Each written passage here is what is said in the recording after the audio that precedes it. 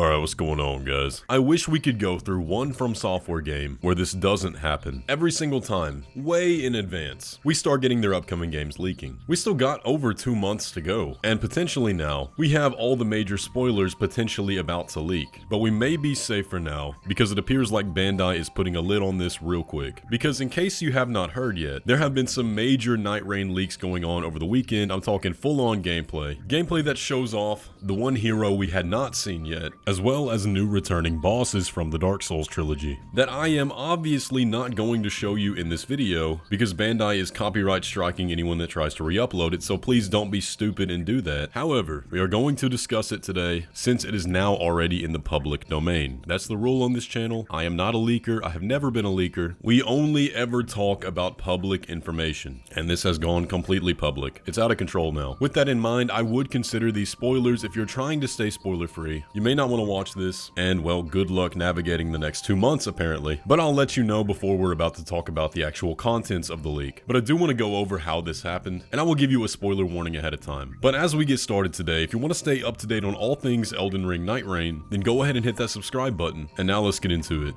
So over the weekend, there was a very interesting video to go live over on TikTok, which was recorded in like 480p from a distance, showing off some Elden Ring Nightreign gameplay. And if you were someone that was just mindlessly scrolling, you probably would have seen it and thought, oh, that's just more Nightreign gameplay from the closed network test. Until you look closely. Then you would have realized that pretty much everything on screen was not in the closed network test. And yes, it was all new gameplay. This was not a mod, this was not fake, this was completely real, and we know it was because people that repost it on YouTube are getting immediate copyright strikes, not copyright claims, full-on copyright strikes from Bandai Namco. Now the actual leaker himself was all too eager to talk about everything and tell exactly how he got the gameplay. And just a side note, everything about the way the guy was handling the situation just kind of made me mad. He was obviously doing this for clout, trying to prop up his own YouTube channel, while also talking about being a hero to the Souls community and not ruining the experience the way other YouTubers would. Like, brother, you're literally leaking the game. That's as bad as it gets. That is exactly what ruins the experience for everybody. This is the kind of thing that kills these communities, because it's all attention seeking.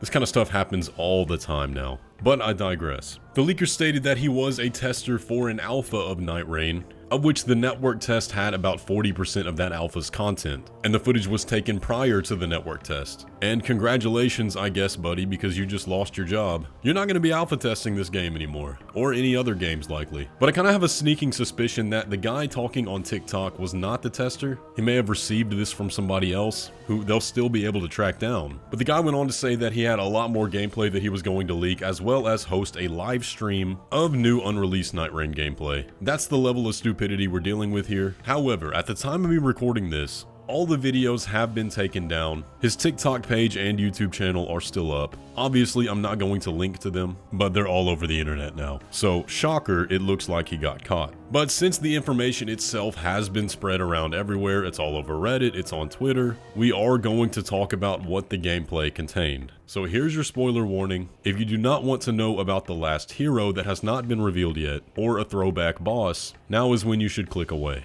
Once again, spoiler warning.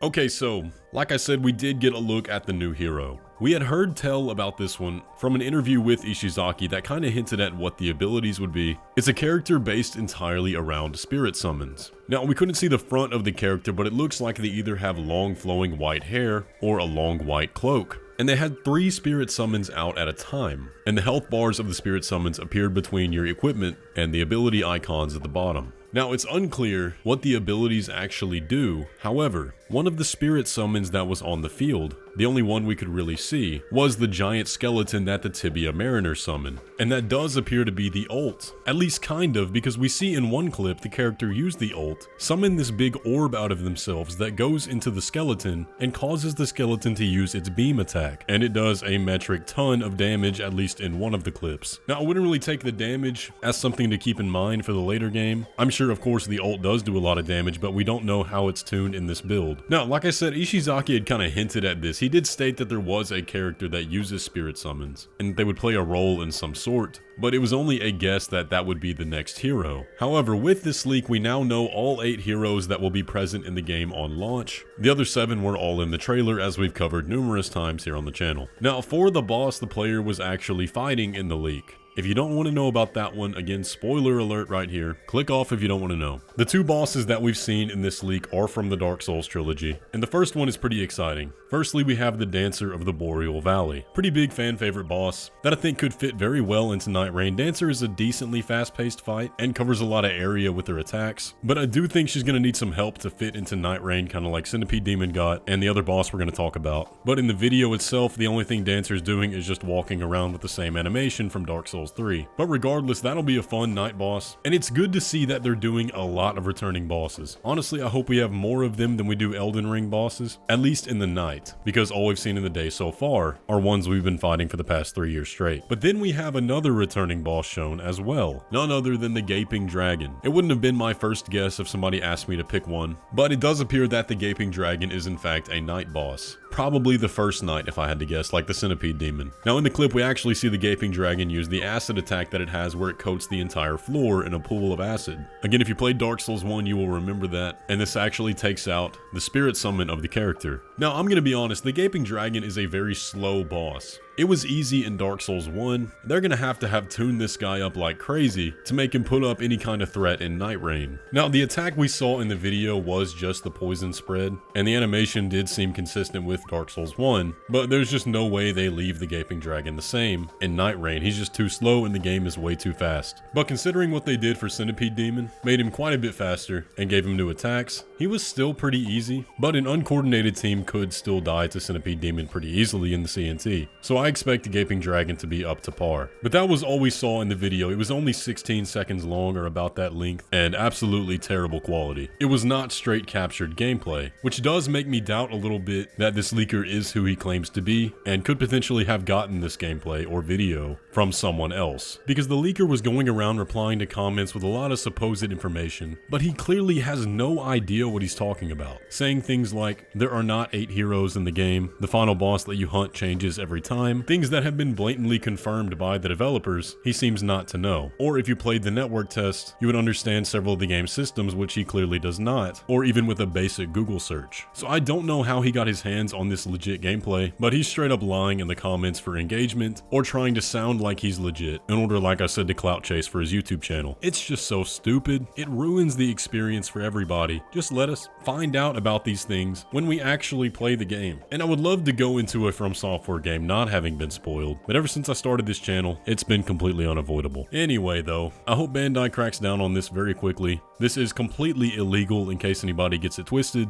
This guy is not a hero to the Souls community. This is literally a crime. And I don't know why we're still dealing with this in 2025. They gotta get some better security over there, because all of their games leak like this. All of them. Yeah, we do cover it here on the channel, but only after it's already front page news everywhere else. At that point, we have to talk about it. And it's a shame, man, because like I said, this would be so much more fun to just discover in-game. You can't build a career off leaks, because yeah, you might get clout in the short term, but you're gonna lose all the private access you get. You're much better off just enjoying being able to do exclusive things like that, like test a game early. That's way more valuable than some likes on TikTok. So I don't get it, but regardless, here we are. Anyways though guys, that's gonna do it for the video today. I hope you enjoyed. If you did, be sure to leave a like on it and subscribe to stay up to date on all things Elden Ring Nightreign. But with all that, I will catch you in the next one.